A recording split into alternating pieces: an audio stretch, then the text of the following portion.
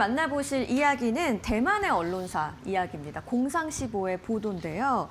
참 요즘 반도체 시장에서 들려오는 이야기가 심상치 않아요. 저희가 반도체 관광이라는 신조어가 나왔다라는 이야기로 메모리칩 모자라다는 아우성을 전해드렸는데 이 공상시보에서 굉장히 좀 강한 표현을 썼습니다. 마치 이 상황이 지옥 같다라는 표현을 했네요. 네, 그렇습니다.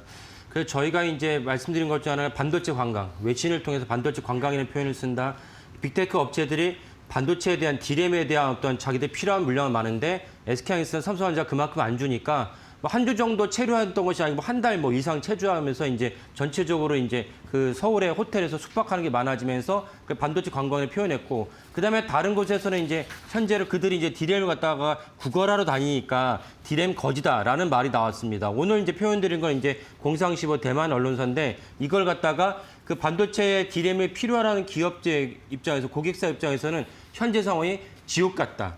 너무나도 이게 제품에 그 최종적인 제품에 들어가야 될 디램, 낸드 플래시가 필요한데 SK하이닉스는 삼성전자가 없는 거 어떡하냐 이렇게 치료하다 보니까 당사자 입장에서 피가 마른다, 지옥 같다라고 이제 표현을 했습니다. 그 정도로 사실 이걸 계속 강조해드린 이유는 무엇이냐? 현재 상황에 반도체 수급에서도 초과 수요가 발생하고 있고 이것은 사실질적으로 양사, 삼성전자, SK하이닉스 입장에서는 매출과 주가가 상승할 수밖에 없는 그런 환경이 계속 지속되고 있다는 점에서 중요하다 하겠습니다. 네, 이 메모리 칩이 어느 정도로 부족한지 확인을 할 수 있는 게 재고가 바닥이 난 상황이라고요. 예, 그걸 수치로 보면 재고를 갖다 보면 알 수 있는데 공상시보가 이제 발표한 걸 보면은 디램 제조업체의 완제품 재고는 4에서 5주 분량에 불과하다. 이건 사실은 너무나 작은 거거든요. 주요 고객사 그 제조업체는 4주에서 5주에 불과하고 주요 고객사의 재고 분량은 최대 9주에 불과하다. 이건 이제 진짜 피가 마르. 만약에 한 달 정도 지나서도 추가로 이제 반입이 되지 않으면은 그럼 어떻게 하는 말이냐? 이런 어떤 아웃선이 쏟아질 수밖에 없습니다. 낸드 같은 경우도 고객사와 ESSD 재고는 5에서 9주에 불과하도 합니다. 그러다 보니까 실질적으로 아까 말씀드렸다시피 지속적으로 제가 말씀드렸다시피 전체적으로 반도체 가격이 계속 올라갈 수밖에 없는 그런 상황이다라는 것을 인지하시면 좋겠습니다. 네, 반도체 가격이 오를 수밖에 없는 상황이라고 말씀해 주셨는데 그렇다면 이 공상시보에서는 좀 어떻게 상승세를 추정을 하고 있나요? 예, 공상시보의 이제 추정은 이제 삼성 같은 경우는 디램의 평균 판매 가격이 올해 같은 경우는 전년 대비 84% 올라갈 것이다. 엄청난 물량입니다. 네. SK하이닉스 같은 경우는 이제 낸드 플래시 같은 경우 한 71% 상승할 거로 여겨집니다. 그러면 71%는 전년에 100원에 팔았다면 올해는 170원에 팔아야 되니까 SK하이닉스나 삼성전자 입장에서는 콧노래를 부를 수 있는 그런 상황이 계속 이어지고 이것이 이제 올해는 물론이고 내년까지도 지속된다는 것이 공상시보의 추정입니다. 네. 삼성전자, 하이닉스, 마이크론 이 3사가 영업이익률 하단을 설정해서 판매를 하고 있나요? 예, 참 무서운 얘기죠. 그러니까 고객사 입장에서는 삼성전자, 하이닉스가 이 이하로는 안 팔겠다라는 것이 이제 설정했다는 것입니다. 그래서 공상시보의 이제 전망 보도는 무엇이냐면 SK하이닉스, 삼성전자, 마이크론 모두 총 마지노선을 갖다 60%. 이게 뭐 제조업체가 콘텐츠 기업은 소프트웨어가 아닌데 제조업체가 총 영업이익률을 갖다가 60% 이하로는 안 팔겠다는 것은 엄청난 수치입니다. 우리가 TSMC나 엔비디아는 사실 다르죠. 왜냐하면 엔비디아는 철저하게 보면 엄밀히 말하면 공장이 없고 설계 도면을 준 다음에 거기서 수익을 발생하는 기업이니까 엄밀히 말하면 엔비디아는 제조업체 아닌데도 불구하고 엔비디아는 언제나 75% 왔다 갔다 하지 않습니까?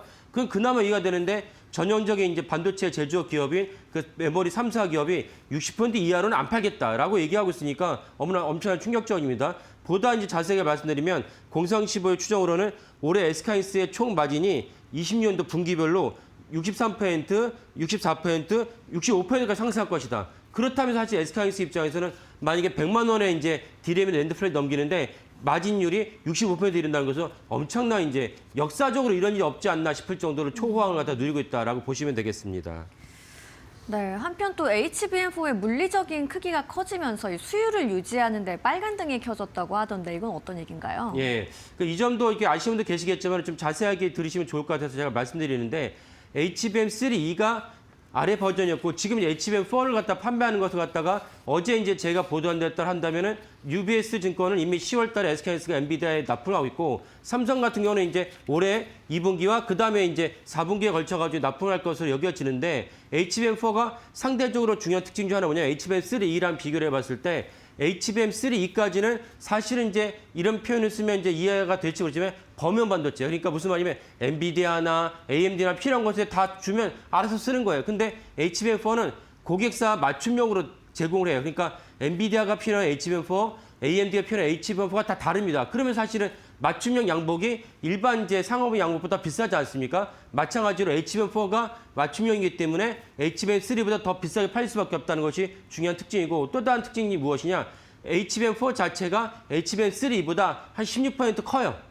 그 자체가. 그러니까 하나의 웨이퍼는 똑같은데 HBM4가 HBM3보다 16% 크다 보니까 직관적으로 잘 이해를 못할 수도 있지만 하나의 HBM4의 유닛이 더 크다 보니까 수율이 높아지기가 어렵습니다. 수율이 내려갈 수밖에 없는 왜냐면 똑같은 어떤 결함이라든지 먼지가 낄 수가 있는데 그런 상황에서 하나의 그 유닛이 더 커지다 보니까 수율이 낮을 수밖에 없다. 그래서 사실은 HBM4가 삼성전자, SK하이닉스 입장에서 괜히 이제 그 심기가 안 좋아서 엔비디아한테 가격을 단가 올리는 것이 아니고 이런 공정상의 어려움과 특이점 때문에 HBM4를 HBM3보다는 더 높게 부를 수밖에 없는 상황이다라는 것을 인식하시면 좋겠습니다.